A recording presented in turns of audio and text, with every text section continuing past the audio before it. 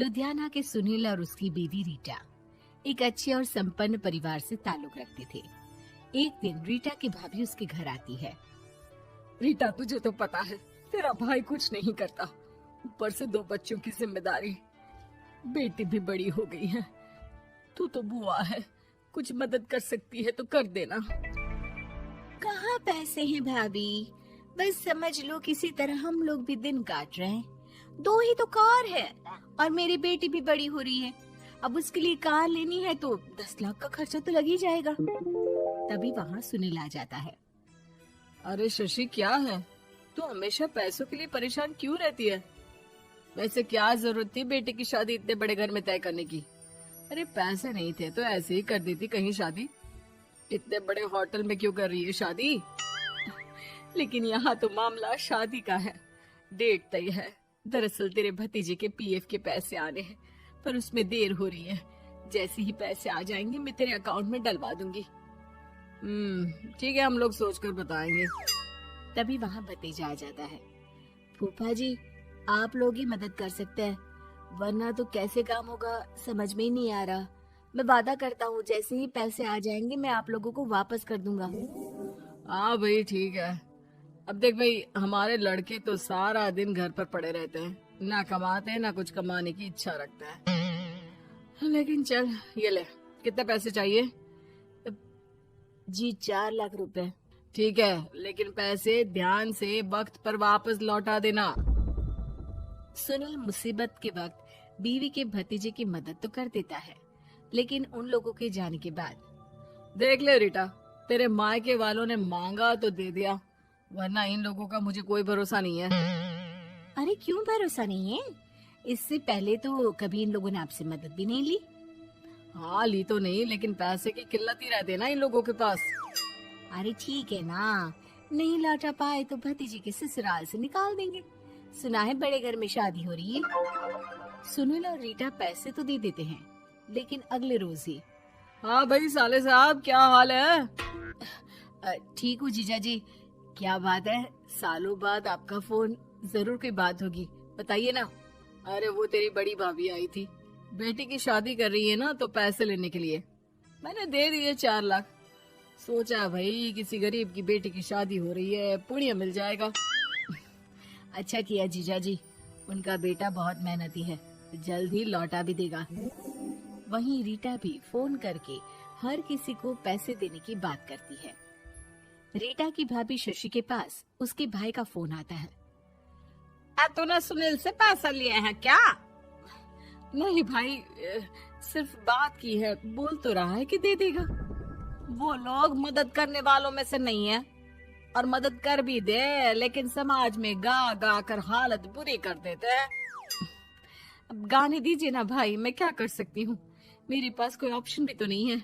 बेटी की अगले हफ्ते शादी जो है। शशि की बेटी की शादी हो जाती है, लेकिन शादी के 1 महीने बाद ही सुनील का फोन भतीजे के पास आता है।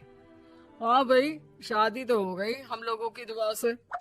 अब देख, ऐसा ही फायदा होता है पैसे वाले रिश्तेदार हो तो। तेरे वक्त पर हम कैसे खड़े हो गए थे, लेकिन अब पैसा लौटा दे भाई। जी, मैंने पीएफ के लिए अप्लाई कर दिया था, उसकी नोटिफिकेशंस मैं आपको भी भेज देता हूँ। मुझे लगता है 10 दिन में पैसे आ जाना चाहिए। जैसे ही पैसा आएगा मैं आपके अकाउंट में डाल दूंगा। और ना जी ना, कोई नोटिफिकेशन नहीं चाहिए, पैसा चाहिए, पैसा। अब ठीक है अंकल, बस 10 दिन का समय दे दीजिए। अभी हफ्ता भी पूरा नहीं होता कि भतीजे के पास उसके गांव के दूर के चाचा का फोन आता है। अरे बेटा, क्या बात है, सुनील के कोई पैसे ले रखे हैं तो दे क्यों नहीं देता? हाँ चाचा जी, बात तो हुई थी, 10 दिन का वक्त मांगा है, उम्मीद है हो ही जाएगा। अरे फोन कर रहा है, रोज बता रहा था कि बेटी की शादी में मदद की थी।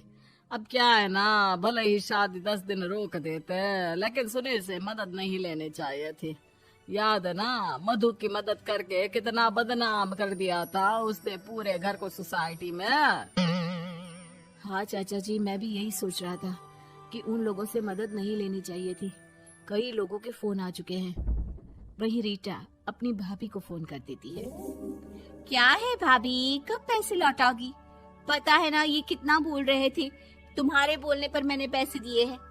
भाभी अब तो आपके बेटे की कार बेच दो और हम लोगों के पैसे दे दो।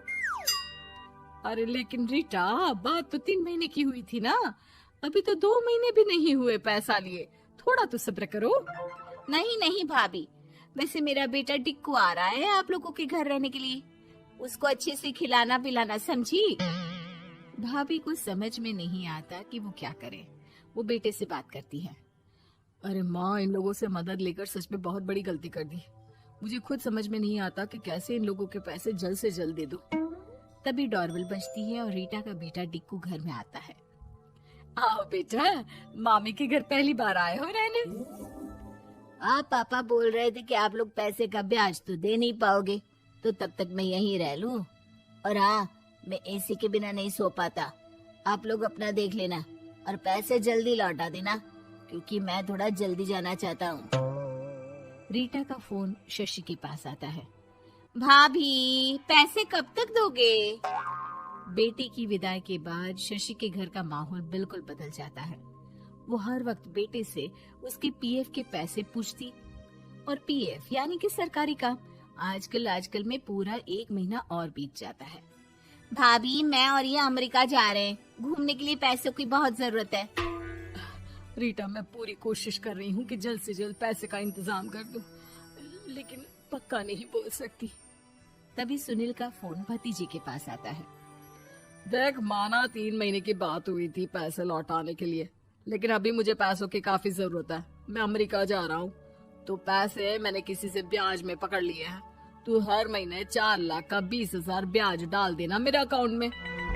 सुनील फोन रख देता है, लेकिन भतीजा काफी परेशान हो जाता है। वो ऑफिस से शाम को घर आता है कि माँ पूछती है, क्या हुआ बेटा?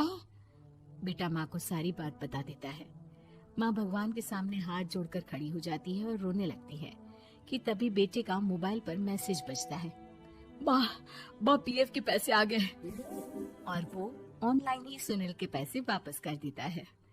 भला हो भगवान का। लेकिन आज एक बात तो समझ में आ गई, मदद हमेशा उन लोगों से लो जो मदद के बदले आपसे मदद में दी गई रकम ही वापस लें, ना कि समाज में आपकी इज्जत।